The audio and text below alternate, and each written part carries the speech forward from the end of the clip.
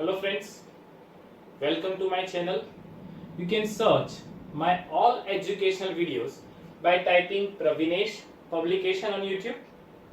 Please watch my all the videos till end. If you like my videos, then please press the yellow button and press the bell icon so you will get all the updates. These are all the educational videos. In the period of this lockdown, these videos are helpful to continue your portion. Friends, these are standard 8, 9, 10th videos of maths and science. Watch the videos, continue with your portion and spread it to your maximum friends. In this topic, I will start the later part of the respiration. In last part 3, we understood about the respiration in human beings. Now, the next portion is of the respiration is breakdown of glucose. Friends, whatever food we eat, that is sabji, roti or non-veg food, that will enter into our body. Our cells, they do not need these vegetables or non-veg materials or roti or pizza, etc. They need this into simpler form to do their work, to create energy. So, today in this topic we will understood about the two type of respiration. One is the aerobic respiration and second one is the anaerobic respiration. Friends, what is the meaning of aerobic respiration and anaerobic respiration? Anaerobic respiration means what? Respiration which do not involve oxygen.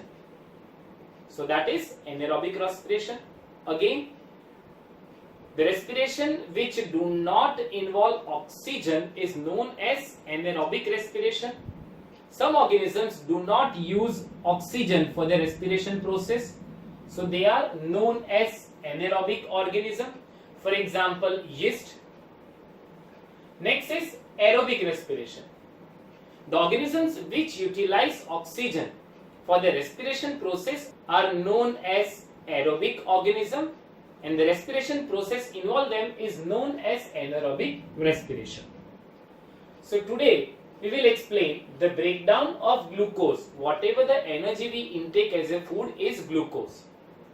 Friends, plants make their own food with the help of carbon dioxide, sunlight and water, and that is photosynthesis process. After the photosynthesis process, they make carbohydrate. What we living organisms like heterotrophic organisms do?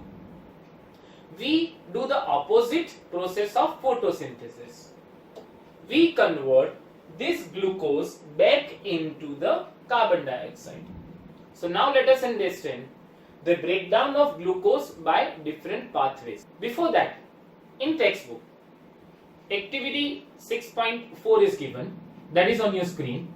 You can see that we have to blow air into a test tube which contains lime water. In test tube A and B, they both contains lime water. In test tube A, we blow air with the help of syringe, and in B, we blow air with the help of mouth. We know that in both the cases, that is with the syringe or pichkari or with the mouth, the carbon dioxide is present. When carbon dioxide reacts with the lime water, this lime water turns milky. So now answer, in which case the lime water turn milky first? You are correct. In case B, the lime water turns milky first. Why? Because when we blow with our mouth, it contains more amount of carbon dioxide. So in B, that is test tube B, the lime water turns milky first. So by this activity we can conclude that we create carbon dioxide after respiration process. Now the breakdown of glucose by different pathways. In that, first of all we intake glucose, that is a 6-carbon molecule. This glucose is converted into pyruvate, that is 3-carbon molecule, and some amount of energy is created. Friends, this process takes place in cytoplasm in our cell. So that's why it is known as cellular respiration.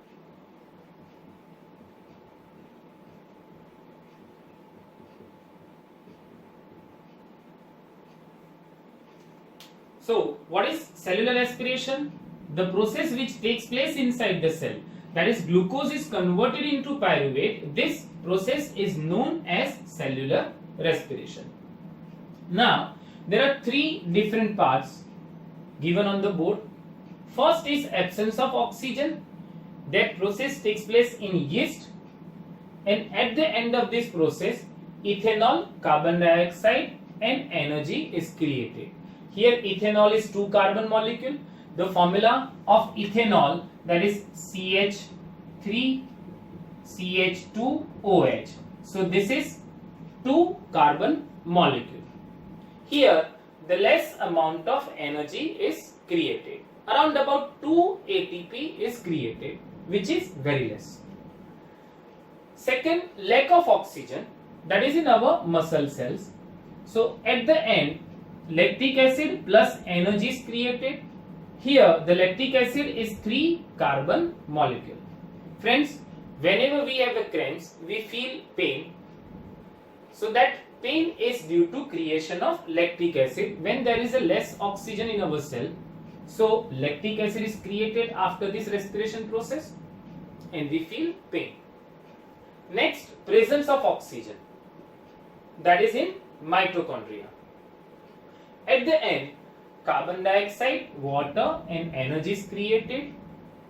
Friends, in the last step, more amount of energy is created. Around about 58 ATP is created by the respiration or decomposition of one glucose molecule. So this is the breakdown of glucose via different pathways. Friends, here first step is of anaerobic respiration. You can see here the absence of oxygen. So this is the anaerobic respiration. So if in your school, if they ask, write the equation of anaerobic respiration. So you have to start from glucose, then pyruvate, then after absence of oxygen. Do not write these two steps. If they ask presence of oxygen, that is aerobic respiration. So you have to write glucose, pyruvate and then after these two steps. Here lack of oxygen, that means some amount of oxygen is present but not sufficient. So these two steps are of aerobic respiration and first step is of anaerobic respiration. Now let us understand next topic of this chapter, that is transportation. Transportation. Friends, what is transportation? If we understand on a large scale, for example in our India, transportation of goods is very important. Transportation of people from one place to another place is very important. So as in our body, the transportation plays an essential role for our all metabolic processes. We digest the food. That food has to be transported to all parts of the body. We intake oxygen. This oxygen should reach each and every cell so that mitochondria create energy in the form of ATP.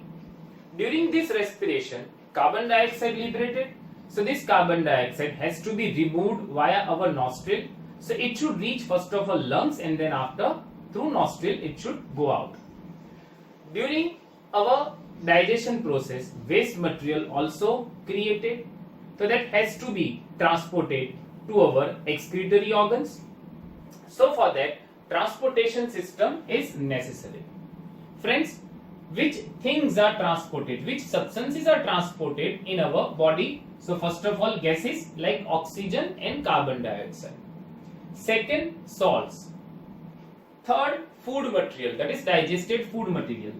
And fourth, the nitrogenous waste created during digestion process. So these four must be transported in our body. Friends, in our body, through blood, this all the things are transported. So the main part which circulate the blood in our body is human heart. Friends, on your screen you can see the diagram of human heart.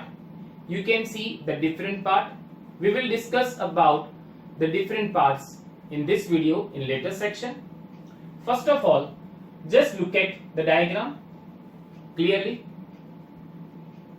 First of all, we understand the structure of our human heart.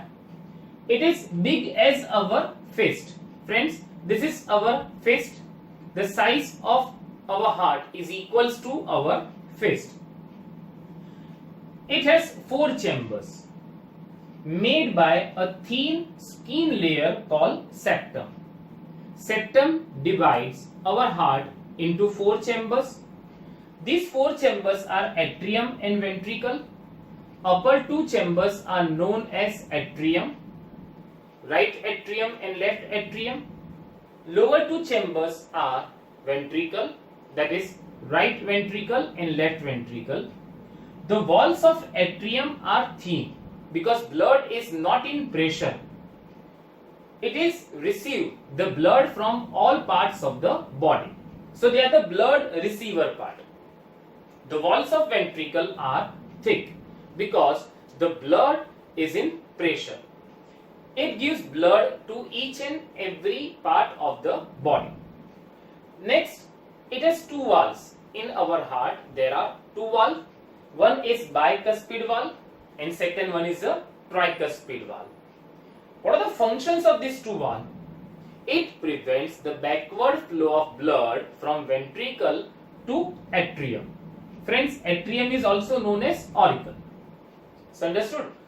Functions of these 2 valves, they prevent the backward flow of blood from ventricle to atrium.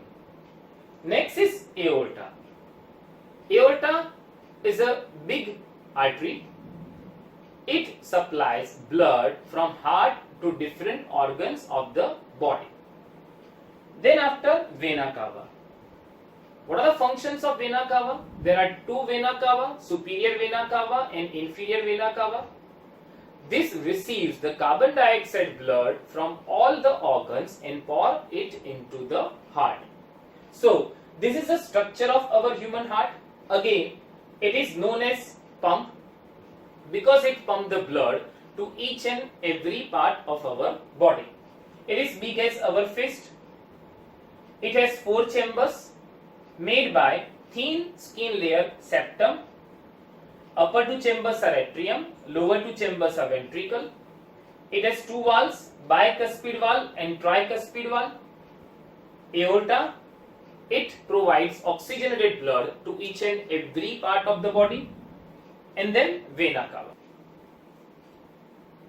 Friends, we understood structure of heart. Now we need to understand the blood flow through human heart. Friends, you can see the diagram of human heart on your screen.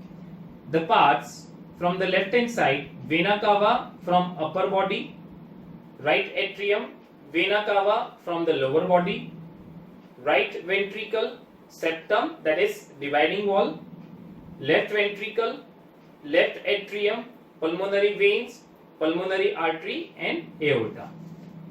So these are the different parts of the human heart. Now let us understand the blood flow through human heart via simple diagram. Friends, I have drawn the simple diagram on your screen. You can see on your board. If it is allowed in your school, then you can draw the same type of diagram for the blood flow in human heart. If they ask the question, draw the diagram of human heart, then you to draw from the textbook only. But if they ask the question, explain the blood flow from human heart, so you can draw this diagram, but first of all you ask your teacher first, school teacher.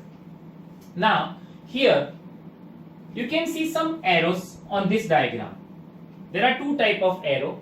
One is the red arrow and second one is the blue arrow. Here the red arrow represented the carbon dioxide rich blood and the blue arrow represented oxygen rich blood. So now on the screen you can say the heart as well as lungs. Friends, now first of all understand about the heart. This is our heart. Upper 2 chambers are known as right atrium and left atrium. I have written in short, that is RA and LA. So this is right atrium and this is left atrium. Lower 2 chambers are right ventricle and the left ventricle. Now friends, we start the blood flow. Actually in textbook, it is explained from lungs to left atrium first. But I will explain from vena cava.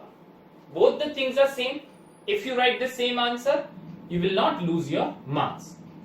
First of all, from our body, carbon dioxide rich blood, that we say impure blood, will reach to the right atrium via superior vena cava and inferior vena cava. You can see on the board, I have written superior and inferior. These two are the main vena cava which receives the carbon dioxide blood from all other organs of the body. They pour their blood into the right atrium first. At that time, right atrium expand, so it receives the carbon dioxide blood into it. Then after, right atrium contracts so that the blood will move towards the right ventricle. Now, from right ventricle, it will move to the lungs via pulmonary artery. Friends, this is the only artery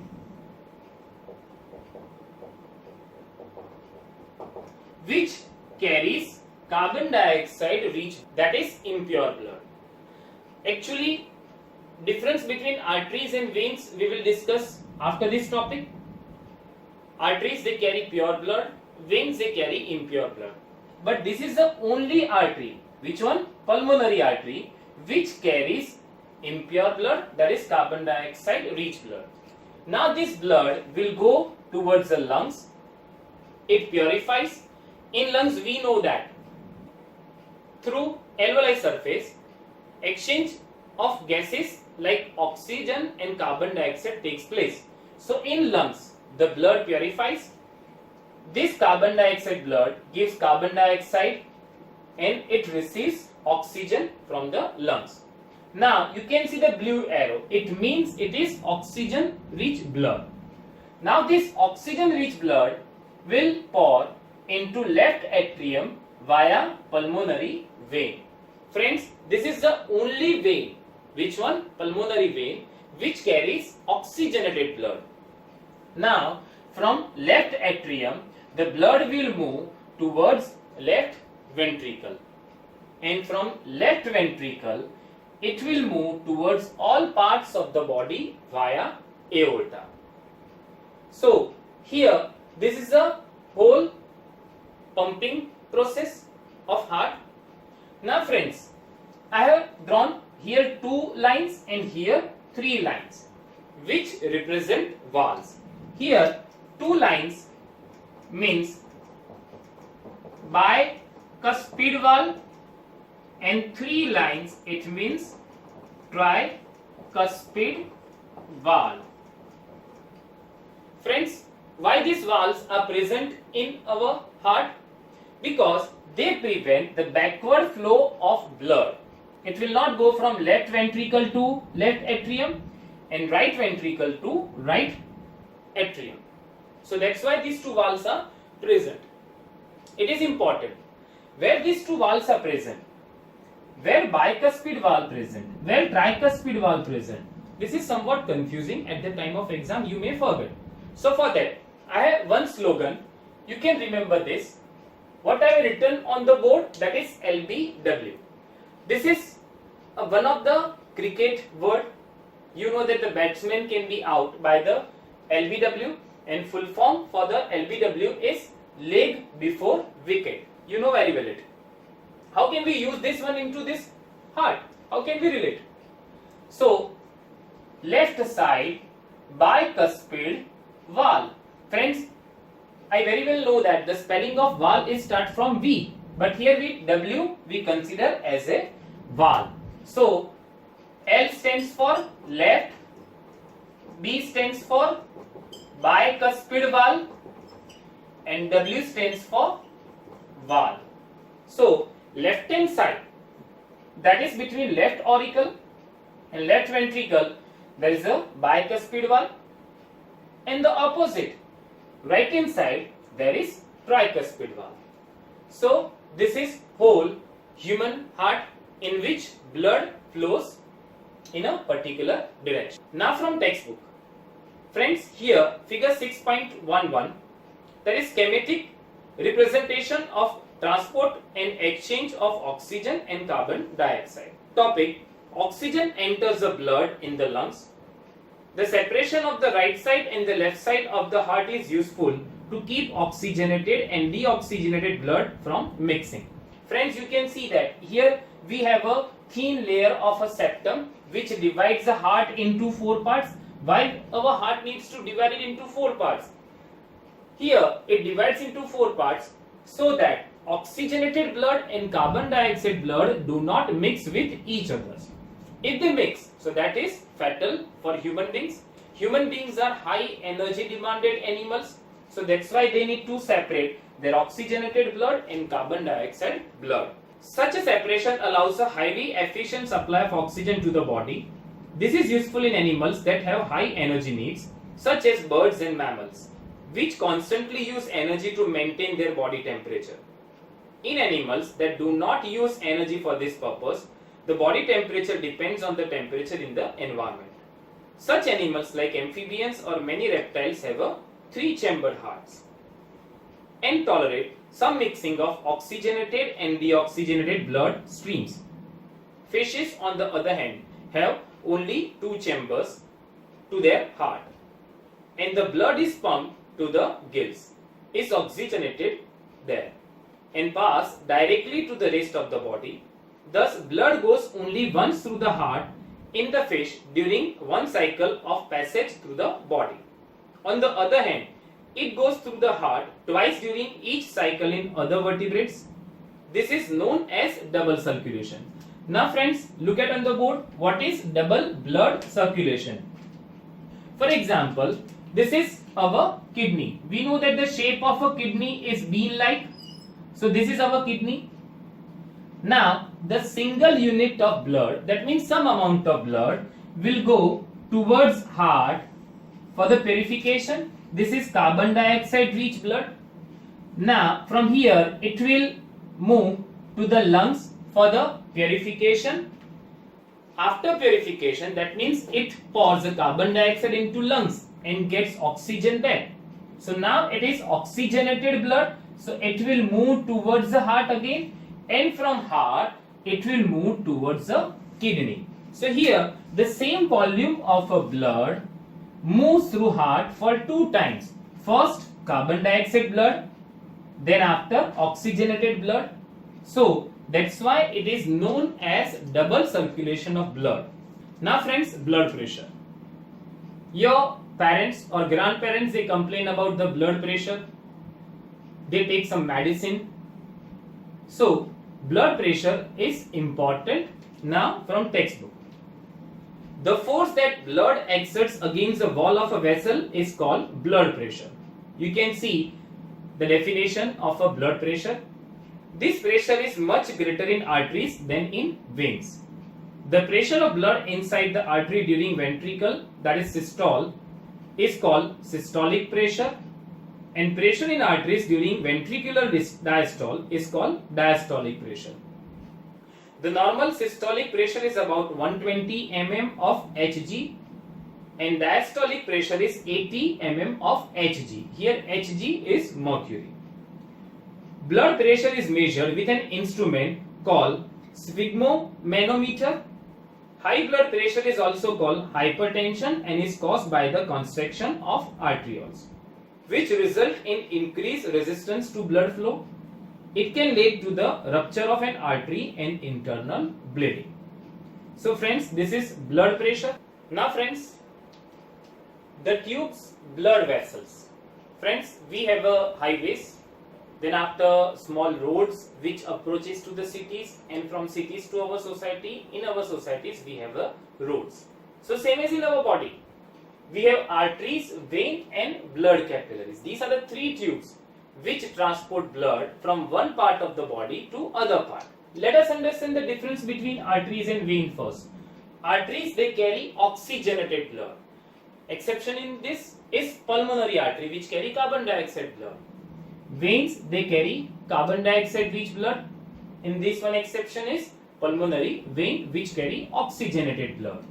Next point, walls of arteries are thick and elastic. Why they are thick and elastic? Because blood is in pressure in arteries. Veins walls are thin because blood is no longer in pressure in veins. Arteries do not contain valves.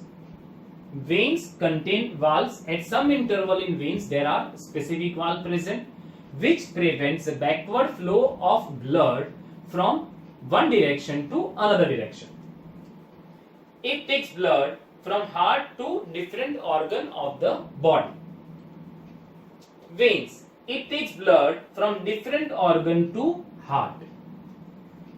Arteries, they are deep in skin. Veins, they are in upper part of the skin. So this is the difference between arteries and veins. Now blood capillaries. Friends, blood capillaries are one cell thick, so they are very small. Arteries divide to form blood capillaries and capillaries join to form veins. On your screen, you can see the diagram of blood capillaries where arteries divide to form blood capillaries and blood capillaries join to form veins. Friends, we know that arteries provide oxygenated blood to any organ and veins take up carbon dioxide blood from that specific organ. Arteries never enter into any organ. Arteries divide to form capillaries and that capillaries will enter into the organ and they provide oxygenated blood, and this carbon dioxide blood again travel towards capillaries and these all capillaries unite to form a veins. So these are the blood vessels. You need to remember the difference between arteries and veins. Now friends, maintenance by platelets. What are the platelets? These are one of the component and important component of our blood. Friends, in our blood we have a RBC, that is white blood corpuscles. They provide hemoglobin. This is iron content. Next one is WBC, that is white blood corpuscles.